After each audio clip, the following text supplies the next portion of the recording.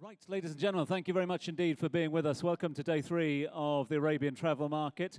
You have found yourself at the global stage, and we're getting ready for the next session, which is entitled Sports Tourism Kicks Off in the Gulf.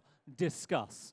What are we doing here? Well, major destinations across the Gulf have robust strategies in place to put the region on the world sports tourism map. From smart cities and sponsorships to centres of excellence and sporting events destinations. Say something. Discover the ambitious projects and initiatives that will attract millions of visitors and set new benchmarks.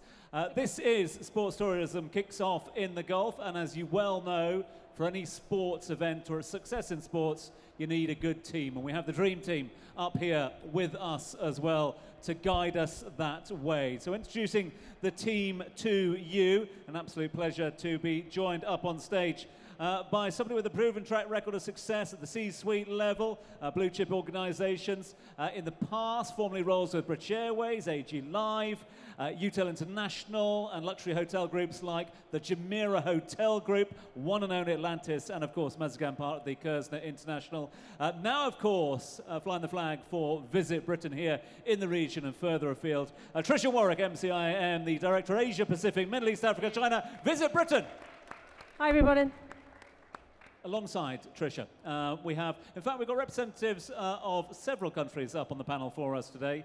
The UK, Qatar, the region as a whole, and of course the next guest alongside us, flying the flag for the Kingdom of Saudi Arabia today. He's the advisor to the Strategic Planning and Investment Deputy, Ministry of Sport, Kingdom of Saudi Arabia. Over a quarter of a century experience covering investment, sales and customer relationship management in different sectors besides sports, bringing all of that experience to bear and joining us live here in Dubai, all the way from Saudi Arabia. Please welcome Naifal Dasari. Alongside he, an absolute pleasure to welcome man of the moment, who I hope has got a pocket full of business cards, because I think people will be queuing up for them straight afterwards, given what he, his team and his country have got to look forward to this year. Leads the international sales covering leisure, MICE and sport, with his Doha-based sales team of market experts and representative offices of dedicated sales managers in 11 key source markets identified for the growth of visitor numbers to Qatar. He's the Vice President of International Markets for Qatar Tourism. Please welcome Philip Dickinson. Hello, everybody.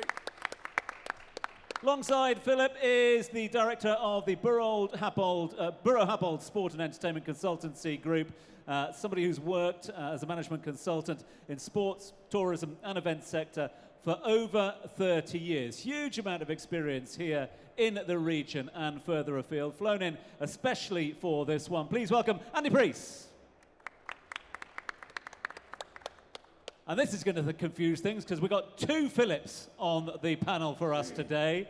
2 Philips, and the second of which is, of course, the Senior Director, Middle East and Africa for STR. Philip Wooler is based here in Dubai. He's responsible for STR's expansion across the region, and I've just jumped in before his round of applause, so I'll say it again. Philip Wooler.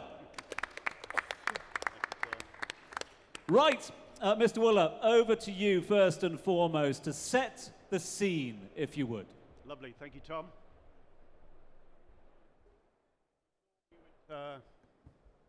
We thought we'd show you a very, very quick video. We've been collecting event data and sports data all the way back to, I think, probably 1996. So I think it's just some headline numbers for you to have a look at. If you could just play that video, please.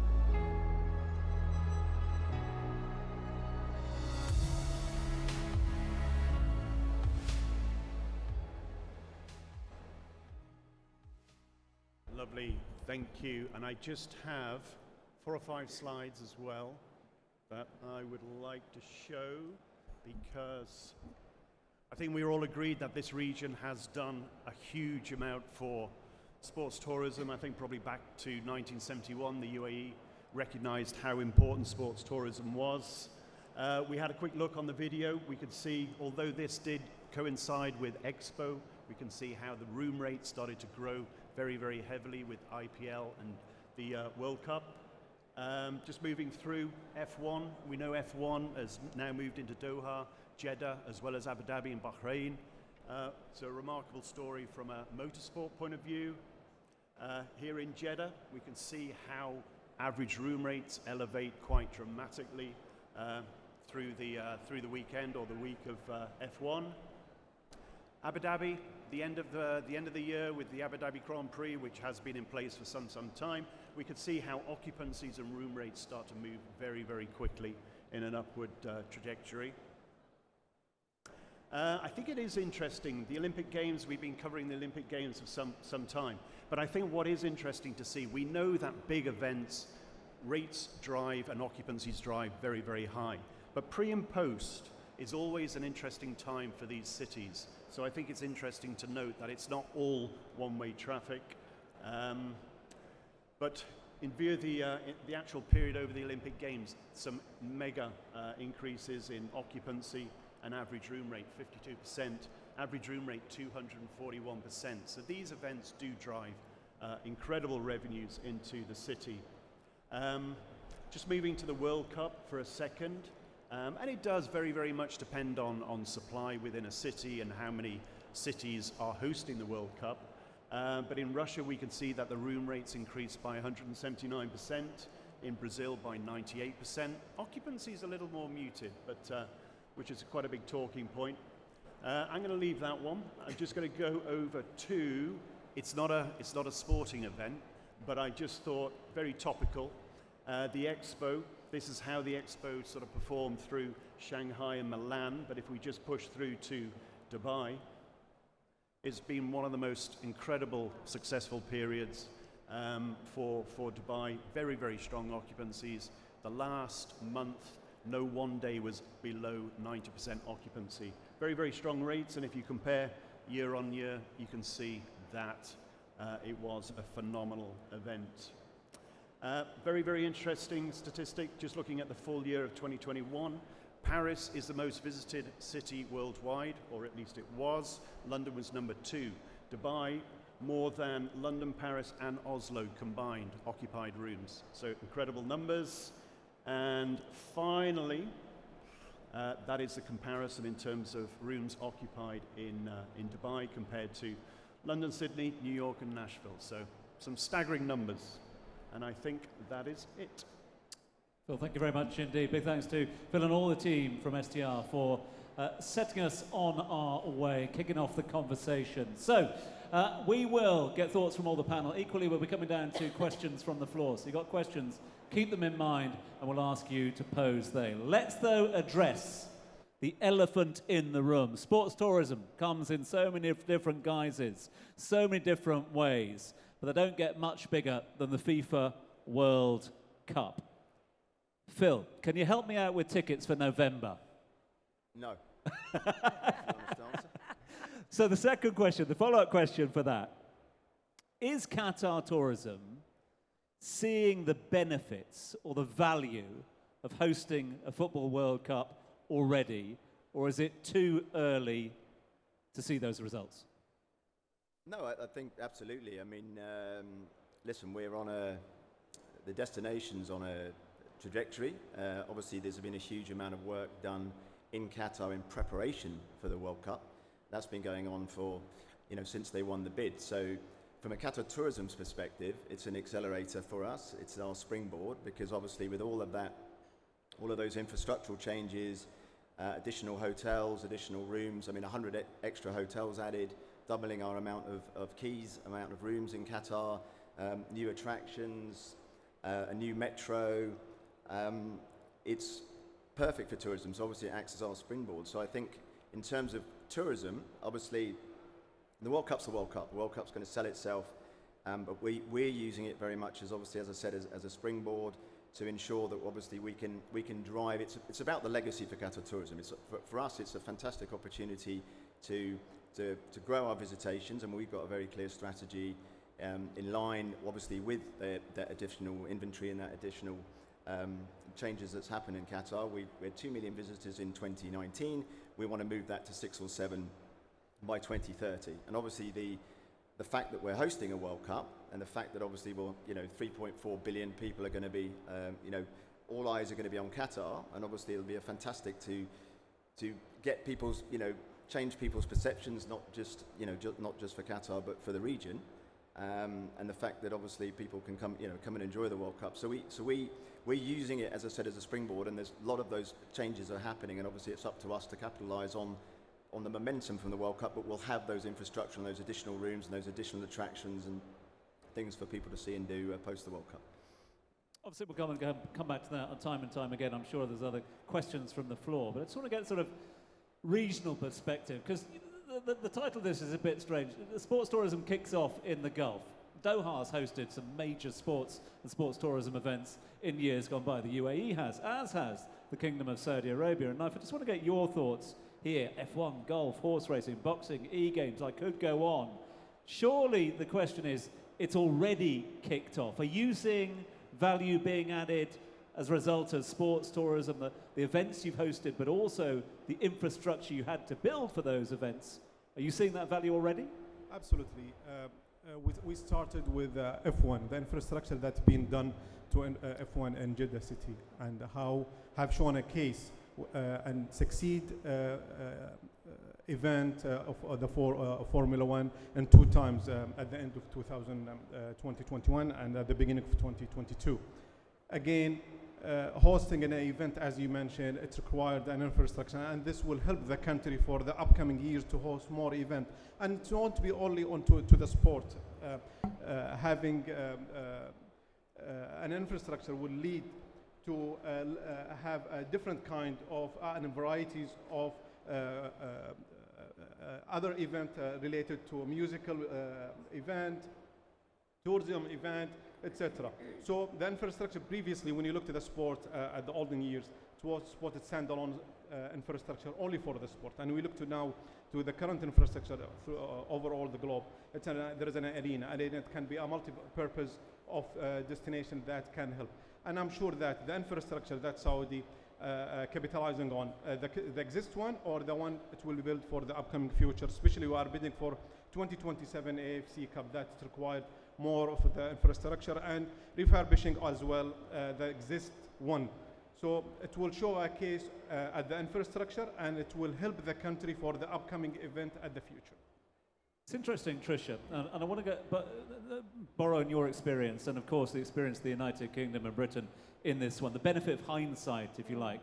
Both Qatar and the Kingdom of Saudi Arabia and other countries in this region bidding to host major sporting events to drive sports tourism as a part of tourism in general. Given the past events that we've seen in Britain, none more so than the recent 2012 Olympics, and of course the Paralympics the same year, and events before that as well, and events that you've got coming up this year. Is there data, are there figures to back up that those events, hosting those events, benefits sports tourism as a whole? Thanks. Thank you, Tom. And hello, everybody. Yes, is the simple answer. I think you mentioned sports tourism. It's a hook, isn't it? And I think when I listen to both Phil and Naif talking about Saudi and Qatar, and really you're building a legacy, aren't you, to have an annual calendar event or to give people other reasons to visit the country. And I suppose Britain being quite long in the tooth at this, football tourism to the UK is massive. Now, it's not the only reason people come, but it's a massive driver to bring visitors to come, because if dad loves the football, or mum, or whoever, or the kids, then they're going to bring other people, it brings more investment and more spend into the country. And also, depending where that is in the country, you will go there because of the match. And when we've looked at these events afterwards, things like London 2012, Glasgow Commonwealth Games, we've got the Commonwealth Games in Birmingham this year, we continue as a country to invest in these events and initiatives and sporting activities, because the payback is real. And I think the payback that we measure, one of the things we measure, is something called the Nation's Brand Index. And what we've noticed whenever we do something, a bit like the STAR stats, the legacy straight after you do something like that is you bounce up the Richter scale, if you like. And so we've moved like 10 points up after London 2012 in Nation Brand Index, which is a measure that really matters from an inward investment point of view, so at a total level for the country, not just tourism. And I think that's wonderful, where tourism is the initial driver to bring back more business to Britain in the future, or in this case to other countries in the region. And you get a lot of people on event, but do you get repeat visitors as well coming back as a result they had on event? Yeah, I think it's proven over and over, really. If you do something well, of course, people come back. And yeah, we find that it often, if something like, I'll use upcoming Commonwealth Games in Birmingham. The reason we bid as Birmingham to host the Commonwealth Games is because it is lesser known. It is the gateway to a great part of the UK. It's the Cotswolds, it's the Lake District, it's the Peak District. So we want people to come, see the games, hang out around that area, but also realise what it has. So they'll come back again and maybe study there, holiday there, work there, invest there. And so definitely it has a repeat stickiness when you give people the opportunity to see somewhere they maybe didn't know. Now, London's different. Everybody loves London, everybody knows London. But I think, actually, thinking back, we really did a good job of that. And I have to say I had absolutely nothing to do with it, because I wasn't with the organisation then. But I think that people were concerned we couldn't pull it off. You know, how on earth are you going to manage with a very busy city, that infrastructure, that movement of people? And we did it with a wonderful, warm welcome. And I think that welcome, when you do all the research after the fact, that's what sells a country as well. Did I feel welcome? Would I like to come back again? Bingo. Philip Willer, if I may, to you. And again, you sort of illustrated it very well with the SDR figures that you were able to provide there. Look, all good and well hosting a great event. If you host it, they will come. It's the sort of new, if you build it, they will come. But surely the two have to go hand in hand to create a success. Is it important that you've got the infrastructure around the event? I mean, absolutely. I think, you know, I often wonder where sports would be and sports tourism would be without the Middle Eastern countries and the huge amount of money that they are pumping into, you know, the football clubs. We know what's happening with the football clubs. I'm surprised Chelsea went to the Americans, but anyway, huge money going into it. But yeah, the infrastructure and the job creation from these events is absolutely enormous. I still maintain, and some people might say I'm a little bit biased, but the London Olympics, I think, was one of the best and well-managed events that, you know, certainly in my lifetime. It was a remarkable event. The rates were capped, which I think was a really important part of it. And people came to the city. They weren't afraid to come to the city because the rates were too high or there was too many issues in terms of infrastructure and transportation. So everything has to work together. I did show one slide where you get pre and post. There is such a sort of an excitement pre and post where cities think it will just be solid for the full 12 months. And that's where pricing has to be very, very clever, because if it's overpriced pre and post, people will leave, or they won't come, or they will leave very, very quickly. So the whole event, pre and post, and the event has to be managed with a lot of different information in mind. And Andy, just to get your thoughts as well, because you know you've been responsible along with your team for building sports tourism strategies, both here in the region, but more importantly here around the world. Given your experience, given what you see, are there certain things that work and certain things that don't work? And just how much of an opportunity is the FIFA World Cup, the latest in a big sporting event for this region? Is this a region that excites you when it comes to the potential of sports tourism? Yeah, no, absolutely. I mean, you were talking before about, you know, has sports tourism kicked off in the Gulf, and there's no doubt it has. And you know, we've already got decades of hosting experience in the region, but there's still huge potential for growth.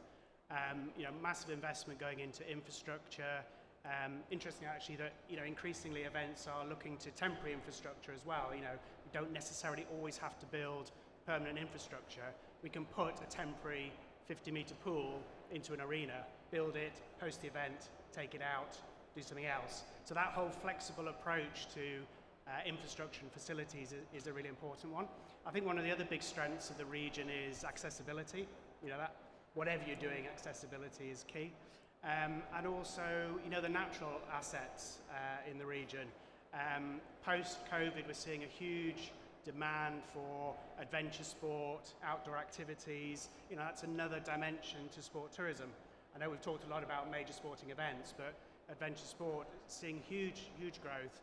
And there's no doubt the region, Saudi in particular, but also Oman, Jordan, got incredible natural assets. And I see that as being one of the major growth areas in terms of sport tourism, over the next 5 years. And given your experience, what sets this region apart? What sets the GCC of the Middle East apart from, in terms of potential for sports tourism? Is it the fact that there is something of a blank canvas? Is there a fact that there are a number of partners on board? Is this a potential area of growth for sports tourism for the region as a whole? Definitely. What I'm seeing is a level of ambition that is perhaps almost unmatched around the world. There's plenty of well-established sport tourism destinations, but the level of ambition in this region, the level of sort of futuristic thinking, pushing the boundaries, all that sort of stuff. We're seeing it particularly with the likes of the NEOM project. Just almost mind-blowing in terms of what the potential is. And I think there's no limits really to the region becoming established as a major sport tourism destination. I think the challenge is, or the opportunity is, looking to the more established destinations around the world. The likes of Australia, New Zealand, Canada that have been in this sector for many years, and anticipating what needs to come next. There is significant experience in the region, but how do we move it to the next level? How do we learn from others, learn what's most appropriate for the region, and become kind of mature, I suppose, as a sport tourism destination. Philip Dickinson, if I could just come back to you as well, because you mentioned a word earlier on that I'm sure will crop up in the conversation and questions, legacy as well. And I take the point, everyone gets very sort of bogged down and focused on one event, the FIFA World Cup, with good reason. It's the biggest sporting event in the world. But your role, your mandate, your job is to look at tourism as a whole in the country of Qatar, the impact that has. How important is it with the ambition that Andy's just been talking about there, to manage expectations, ambition, with the delivery of tourism and the role of sports tourism in the legacy bit moving forward? Yeah, I mean, listen, I think the legacy piece. I mean, we know from previous World Cups. I mean, South Africa saw, a 21% increase in American visitations for 2 years after they hosted the World Cup. So we know there is a legacy piece. Obviously, it's up to us as tourism to put that into practice. Obviously, with our marketing campaigns and our key source markets and our travel trade engagement and everything else. I think driving tourism goes beyond just event hosting as well. It's about longer term and deeper sports partnerships that drives awareness, consideration, and bookings. I mean, we do that, for example, with PSG. I mean, obviously, I don't think you can underestimate the power of sport, and in particular football has. So obviously, we can leverage on that to use the players, use the PSG players who obviously have huge Instagram followers and everything else to drive awareness of the destination. You see it all over the Premier League with all the top clubs in the Premiership, with Visit Rwanda, Visit Malta with Man United, Visit Mauritius, Visit Maldives, and it's a great vehicle to use to drive more tourism. I mean, it's the fastest growing sector of travel is sports tourism, basically. So, and that comes in many facets. Events, as I said, is one thing. Partnerships is another. sports, developing sports rights holders, TV broadcasting's got more sophisticated now. I mean, the TV broadcasters can, I don't know if you saw for the Miami Grand Prix, there was a 2-minute before the Grand Prix show promoting Miami. And also the Caribbean's done it for years with cricket. They showcase their islands in between overs. I mean, it's a slower game, I suppose cricket you can do that. But I mean, we want to take full advantage of the World Cup. As I said, it's a springboard, it's a catalyst, opportunity for us. I mean, our campaigns will ramp up. Obviously, we've got them going on now, well in advance of the World Cup. Our Experience the World Beyond campaigns are out in our key source markets at the moment. We'll have a stopover campaigns going out soon. And then just as the build up to the World Cup and during the World Cup, we'll make sure we'll have our 2.0 version of our campaigns as well. So we're not going to sit on our laurels and think that the legacy is just going to happen on its own. We have to work hard in terms of our marketing and in terms of our travel trade engagement, working with all the key tour operators and the key travel agents in the key source markets, and making sure we're driving our marketing campaigns in those markets as well. So I think legacy's a word that's sort of easily used, isn't it? But I think there's two things. There's the value of the event itself, which we can easily measure, because obviously we know the amount of room nights we're going to get. We know the spend that's going to happen.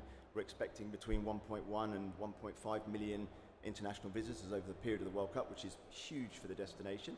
But again, we've got a lot of additional rooms to fill post the World Cup, so we need to make sure that we're executing our plans and making sure we're taking full advantage of that. But these events do work. I mean, another good example is the Super Bowl. I mean, the Super Bowl moves around in the US, and the host cities estimate it's anything between sort of 30 and 100 million is generated in those cities based on just them hosting the Super Bowl. So the numbers do sort of speak for themselves. Yes, there's huge investment from the host, or us as a host, or anybody that's hosting a major event. But I think there's certainly great opportunities to build on that, and I think the region's done a fantastic job across multiple sports. I mean, they're fanatical about sports in the Middle East. They want sports to come to this region. I mean, I think it's so exciting that the Middle East has got first time they've ever hosted a World Cup.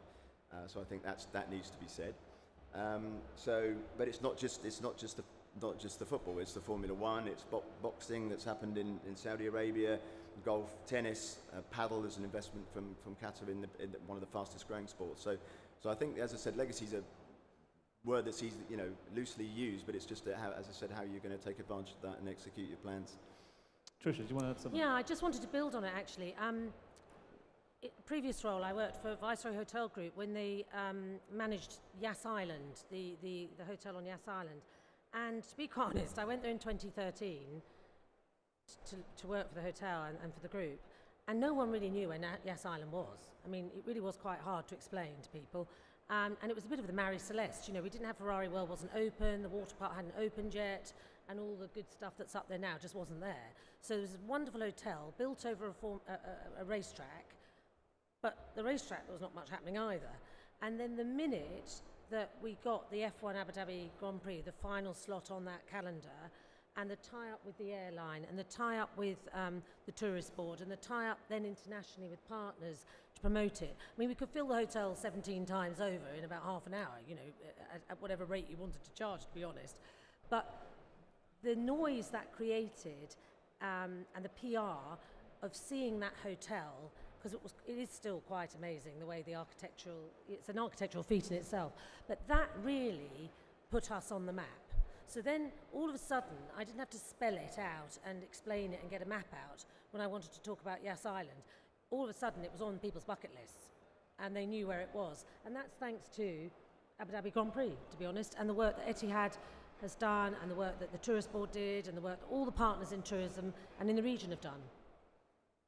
Naif, really interesting points being made here, but one thing I just want to pick up on as well is, and I love the idea of the best in the world coming to Formula One tracks in the region, coming to football stadiums in the region, coming to cricket stadiums in the region. We all want to go and see Messi and Mbappe this coming November, etc. We want to see Verstappen over in Saudi and Abu Dhabi, etc. But what's the play into grassroots though? How do how do you generate the sort of, we're talking about legacy there with Phil, but how do you take the all-stars, the money that is invested into bringing big events, to feed into grassroots, especially in a place like Saudi Arabia, where you've got such a high percentage of people under the age of 30, a young population? Is that part of sports tourism? Absolutely, and the job creation actually through those kind of events is affecting the generation as well, because you are creating more jobs to them. And of course, the ambition of the young generation to the sport, this will lead to have a more legacies in a sport. Let me pick up the Formula One. How have shown a case to the generation. The first time we are hosting a Formula One, and see the number, it's almost 36, over 140,000 attendees in 3 days. More than 121 nationalities have visited Saudi, and that of course will reflect to the youngest generation, will reflect to the GDP contribution as well, will reflect to the infrastructure. See, from my own perspective, the sport to drive to a lot of goals that the country looking for. A GDP, job creation, infrastructure. This is the sport. Yesterday, Ministry of Investment have announced Messi is their ambassador to visit Saudi. So this is another showcase how sport is reflecting its influence to rest of the entities. As I mentioned previously, the sport is not a standalone. And when you look to our Vision 2030, we have the Quality of Life program. And under this umbrella of Quality of Life, we have tourism, we have entertainment, we have culture and sport. And this is why we work all together, because you cannot work alone. No. And definitely, how much we need to benefit from tourism. The tourism would like to benefit from us. This would reflect in the ecosystem. So see the reflection on air transport, ground transport, on accommodation, on entertainment, on others like F&B. And this, of course, something that we look for a years that to have it in Saudi. And today we're having not a single international event. There is multi-international event, and there is more to come. It will be announced soon. For me, the job creation and reducing the such number of job employee and non for the generation, and reflect on new graduated people, because we have at the past year we have a lot been went to USA and UK for study, and they are coming back looking for a jobs. Of course, having an event will reflect on the job creation, and this is a personal goal for me. Andy, quick thought from you on, you wanted to add something, yeah? Just a very quick follow-on point. There are many major and mega sporting events that have an aspiration for that event to drive increased participation, physical activity, improve the health of the population. If you believe the academics who've looked into this in some detail, actually no major sporting event has ever led to a sustained increase in physical activity. It's one of these big myths that surround sporting events. You just assume surely people go to these events, they're inspired, and off they go, and are suddenly physically active. It just doesn't happen. And it's a real challenge going forward for that challenge to be turned into an opportunity. And what you need to do is it doesn't just happen. You can have it as in your legacy plan all you like. What you have to do is engage with the national federations in your country. You have to engage with the clubs. So that infrastructure, that grassroots infrastructure has to be in place, and you have to make the connection between the event and that grassroots infrastructure. But it's a 10-year cycle. It's a 10-year opportunity, and it's a real, as I say, it's a real challenge. But it's a major opportunity for somebody to crack that situation. Just a follow-up question to that, Andy, to you as well, with regards to the challenges and the sort of preconceptions or misconceptions that people might have for the region. A lot of people might be sat in the house in the Cotswolds with the golf clubs in the corner and go, well, I'd love to go over there, but it's too hot. I can't play golf out there. That misconception of inability to play sports year round here, is that something that can be addressed? I would look at it differently, and I'd probably try and turn it around a little bit and go, well, there are many months of the year in the region where the climate is perfect for warm weather training, for pre-season training camps, for professional sport, for amateur sport. So kind of, capitalise on that. Yeah, of course there are months when any sort of activity outside is difficult, but just recognise that, accept that, and use sport tourism to kind of drive visitation during the shoulder periods and the off season. But the warm weather training side of things is a major opportunity, and plenty of people have seen that and are capitalising on it. Philip, you want to add something? Yeah, I was just going to say on the grassroots side of things. I mean, basically the Qatar's National Vision 2030, they have 4 pillars, which are social, human, environmental, and economic. So, and obviously built around those pillars, you've got key drivers, and sport is one of them, is very much one of them in Qatar.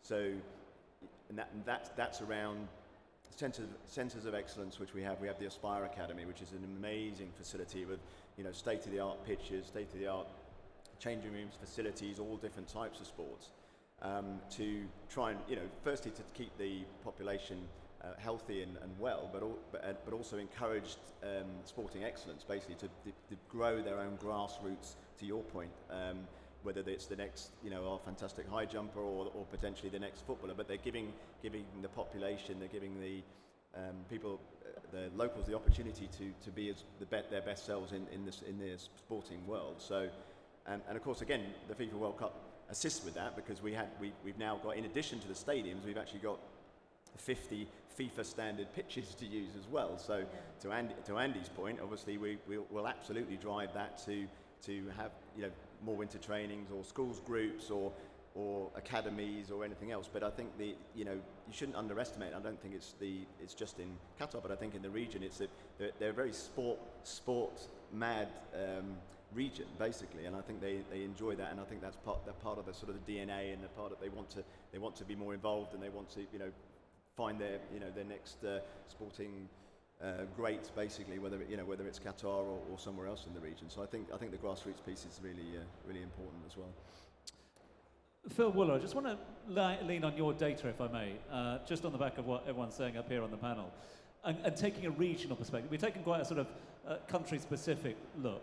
But what about this idea of a regional glow? I was interested about your RevPAR figures there. Big event comes to town, RevPAR goes up in country. Does it go up around the region? The reason I ask is because we've seen the development of these sort of swings at the moment, the desert swings, be it in golf, be it in tennis, be it in Formula One, where we are calendaring events one weekend after the other. So therefore, are we getting into a sort of a season for sports tourism here, or a spike in sports tourism? And can the whole region benefit from events in individual countries? Yeah, I mean, I think the key, we have 6 months where it's absolutely perfect weather. A lot of events sort of follow. You mentioned the golf in the various different countries. I think the World Cup is a very, very interesting one, because I have my tickets, I just don't have accommodation. But that aside, it's the first time it's held in one city or one country since 1932. I am incredibly excited that I will be there for the first week. The atmosphere in Doha will be absolutely amazing. But the big question is, going back to your point, will Doha, Qatar, need overspill accommodation in Bahrain or Oman or wherever it may be? Now, I think that one probably is still a little bit up in the air as those ticket sales go through, as accommodation is booked and all the rest of it. But yes, I think the whole region benefits from these major sporting events, and working together will obviously help the region. So I would, absolutely agree with that. Tricia. Yeah, I think when you allude to that word season, I think it's clever the way in the region, we're following on, but we're not duplicating events on the same dates, so that you can get into a calendarized situation where you kind of know when Abu Dhabi Grand Prix will be, you'll know when the Saudi Grand Prix is going to be, you'll know when FIFA World Cup is. And then, of course, whatever annual events you do, what we've ended up really with in the UK, and we promote quite effectively, I think, through television, through social media, however we get it out there, is the season.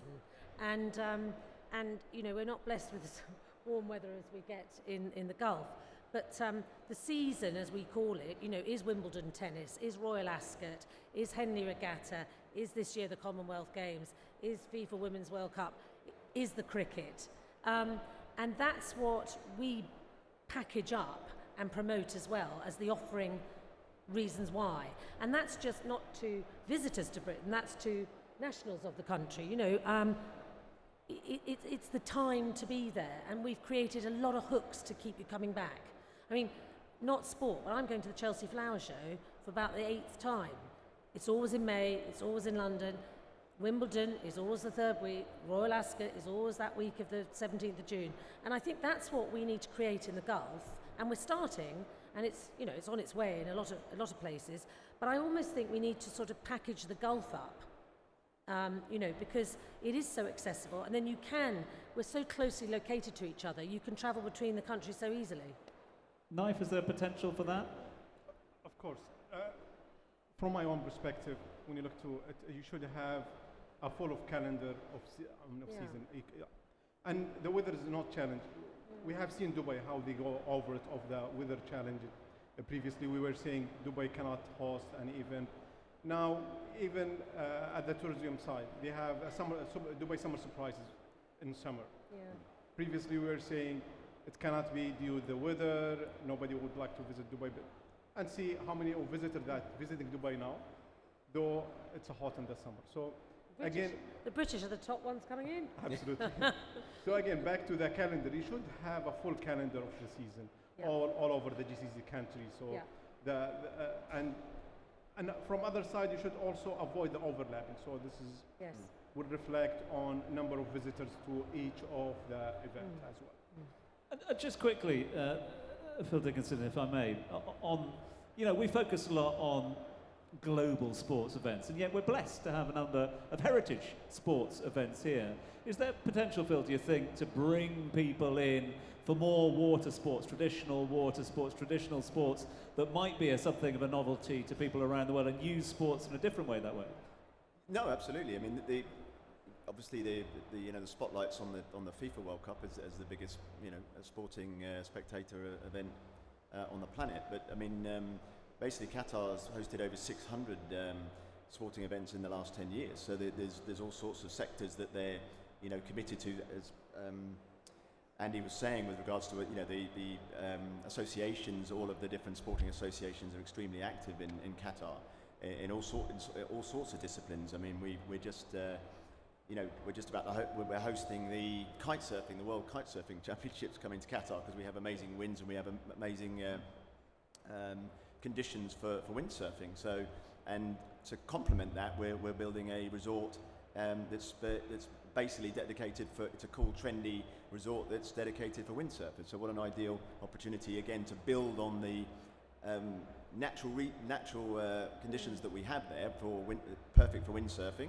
We host we sponsor the World Windsurfing Championships, and we open a resort that windsurfers can come and enjoy a fantastic holiday. So I think, yeah, absolutely. I think there's all sorts of not just the high profile big events, but I think all sorts of niche events or ones that are Ironman. We're doing Ironman as well. So I think there's all sorts of other ones that we can easily host. We've got great conditions, as I said, other than a few months of the summer, we've got great conditions to do that. So and even in the summer months, the other big thing, of course, we probably haven't touched on at all, which of course is exploding at the moment, is esports.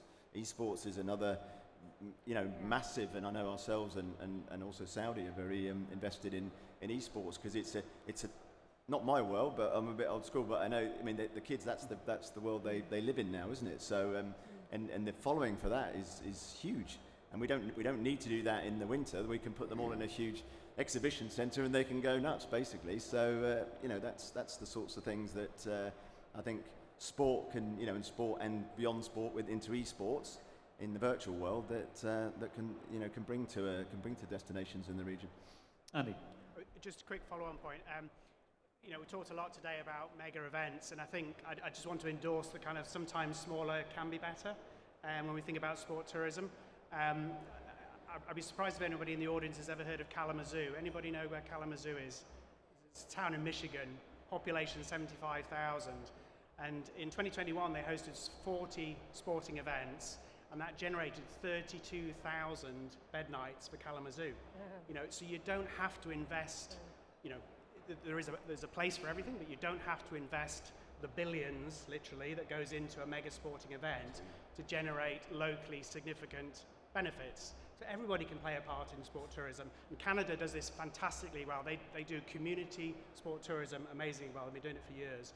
So I just wanted to kind of bang the drum a little bit. You know, smaller can be just as good.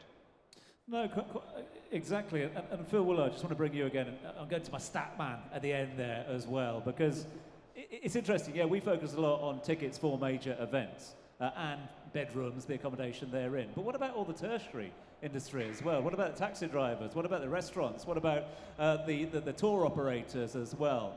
Sports tourism, if done right, equals inward investment, correct? Yeah, I mean, absolutely, absolutely right. The incremental revenue. I mean, I think I haven't been to Doha now for 2 or 3 years, but I'm heading there in a couple of weeks, and I'm fascinated to see how that city has changed. So, you know, from a you know, the job creation, the infrastructure, and then everything that comes with it. I mean, I think Qatar and the World Cup planning for about 1 million visitors. And the revenue that will bring will be really, really quite incredible. So yes, I mean, very, very big numbers for all these events. UAE specifically become a real hub for brand new racing series during pandemic over the 2 years that have never been here before. But I haven't seen equivalent support for either awareness or otherwise, whereas with Qatar, I have seen for years. You made a conscious investment into, you know, hosting events like MotoGP, off-road rallies, and you actually make an investment in local talent as well. So how do sport entities where things are not like that get a seat at the table where the decisions are being made by government authorities, national tourism authorities and such? No, Phil, who wants to go first? No. Yeah. See, from Saudi, look at Amala project, Red Sea project, and NEOM project. All those are now currently working on a tourism sport project to attract more water sport to the country. As well, from the other side, at the Gulf side as well, there is a new project coming now with the PIF, also related to water sport. Yes, UAE, of course, they have spent a lot of time on such activities. There is more to come from Saudi because there was no actually attention to such a sport, but currently with the new mega project, that will help a lot.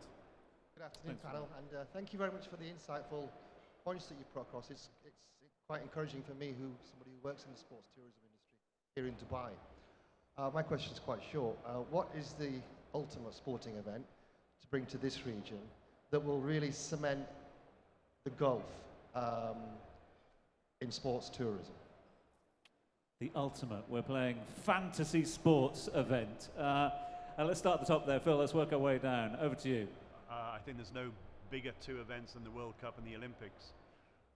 World Cup and Olympics, same year. Bosh. Okay. Andy, over to you.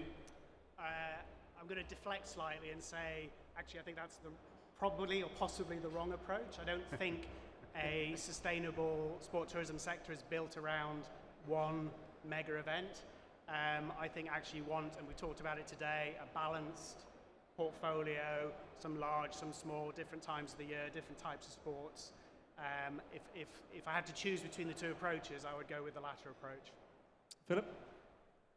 It depends what you're trying to achieve. I mean, if you're trying to put a spotlight on the region, and obviously as I said, we're trying to put a spotlight on Qatar because we have, you know, as part of our Vision 2030, we have a very clear mandate to, you know, grow tourism contribution from 6% contribution to GDP to 12%.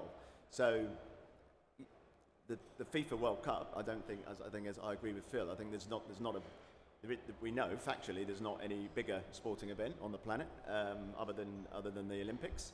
And why not? Why shouldn't the Middle East focus on that as well? So I think it's a combination of factors. I think it's a passion in the region for sport generally.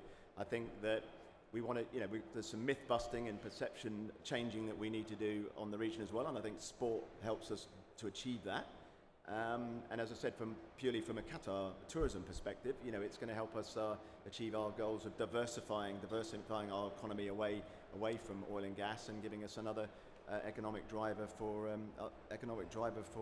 revenues, basically. Let's see what's on Knife's shopping list when it comes to major sports events. Do you know? Yeah, of course.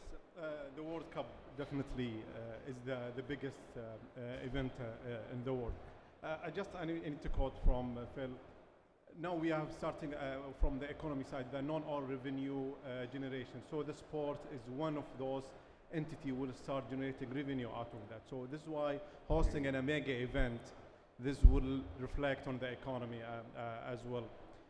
The World Cup definitely will reflect on the GCC countries, especially once it comes to the accommodations, and the neighborhood country will benefit from the World Cup. I think the World Cup is as you mentioned, is the biggest event, where it will reflect on the tourism, and people will start looking to Qatar, to discover Qatar for the upcoming years, and Qatar will utilize this platform of the World Cup to let the rest of the world know more about Qatar.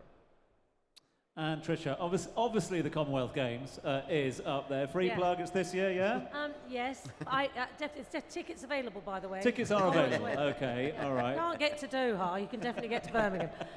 Do you know, just thinking about it, for me about which one is it, I think if what we've learned just having hosted Dubai Expo, and when often I realised, it was my first expo to attend and participate in, and trying to explain it to people is often quite difficult. And somebody explained it to me very simply, saying it's like the business Olympics of the world. So I've got to say, an Olympics, because it's the heritage, the legacy, the brand of the Olympics, and it appeals to all sports, and you've got the Paralympic side as well. I think if you get that one time in your life, and an expo, for example, and a FIFA World Cup, and you then sustain it with a proper calendar back to my season, and the season can run for 12 months, and you can send them to the Britain when it's too hot here. I think that's the answer. That would be my answer, because then you've got a catch-all for everything. But I appreciate football probably is the anchor sport, isn't it? And my Indian team would crucify me for not mentioning cricket. But yes, I think for sure the Olympics would be the anchor one, and then a World Cup shortly behind. But then sustain it, build a calendar. Right, we're going to wrap things up with takeaways from the team, as we've only got a couple of minutes left on this one. We set out trying to define whether value had been delivered or was being delivered by sports tourism in all its guises. Given the last 40 minutes of discussion, what is the key takeaway here, Tricia, that people should be taking away from this session? I think don't look at it in isolation. You need to integrate it with everything else you're thinking about when you're promoting a destination. And I know that from our stats that when people come with sport as a hook or one of the purposes of the trip, they stay longer and they spend more. When's the Commonwealth Games again? 28th of July to the 8th of August in Birmingham. Thank you very much Thank indeed. you. We'll book now. Knife, over to you. What's the key takeaway? Sports tourism kicks off in the Gulf. Surely it has kicked off already. Absolutely. And this in Saudi will lead to discover more of Saudi, different kind of cities, mountain, the ski as well as it's coming up, and the desert, the coastline. This will lead to discover more of Saudi, of course, definitely. And next major sporting event in Saudi Arabia is? We have always major events. Book your tickets for the Grand Prix next year. Now, they are available. Philip, really appreciate your time as well. What's the big takeaway from the discussion? Yeah, but I think, look, I mean, you've got to be clear about what your overall goal and your strategy is going to be. So, I mean, and ours is, as I said, it's going to be the springboard to, develop our visitations and and tourists. So I think if you're clear on that, then that's that's the direction that you're going to go in. I mean, we'll continue to be interested in hosting sporting events. Some will make sense for us, and some perhaps won't. So, but we'll look to see what we can achieve by hosting those. I mean, we've got the Asia Games in 2030, so that's another big one.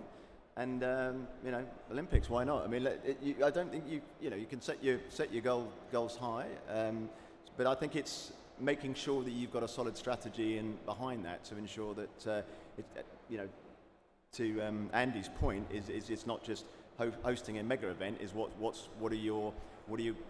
are you going to build on that, and how what's going to be the coming back to that legacy word again, but what's it going to help to drive that momentum and help to drive your strategy through that you're trying to achieve for us on the tourism side. I don't need to ask, obviously, but anything on the horizon sports-wise in Qatar coming up soon? Give us the dates for the World Cup. The dates for the World Cup, 21st of November to the 18th of December. We'll be there, that's for sure. Andy, key takeaway. Oh, sorry, Nate. Is our ticket guaranteed now? Absolutely. Andy, key takeaway? Can I have three very short ones? Sure. Sport tourism is incredibly competitive as a market these days, so you need to understand your unique selling points and exploit those. First one. Second one is smaller can be better, or at least equally as good, depending on the circumstances. And the last one is, bid for and host the right events for the right reasons. Yeah. The point we were talking about, is the Olympics right? Well, it might be. It depends. What do you want to get out of it? Think about what you want out of the event and select your events and your calendar on that basis. Thank you, Andy. And final words, the man that kicked off proceedings. Phil Willer, over to you. Your takeaways. I like Andy's train of thought. It is very, very easy to get sidetracked on these mega events, but I also think the region has so much to offer from a participation point of view, from an active participation. We've got the weather, we've got the sea, we've got the mountains, we've got the desert, and to try to sort of bring people into the region to actively participate in some of the amazing things that we offer here, rather than just spectator sports. So it's all encompassing in a way. I watched recently the video for Neom and the skiing skiing and snow. I mean, it's just endless what we have here. It's just trying to sort of tie it all together and promote it worldwide. So it's a really rosy future. Exciting times, 1-1. Big thanks to all of you for sticking around. Big thanks to our panel. Please put your hands together for Philip, Andy, Philip, Naif, and of course, Trisha. Thank you very much indeed. Thank you.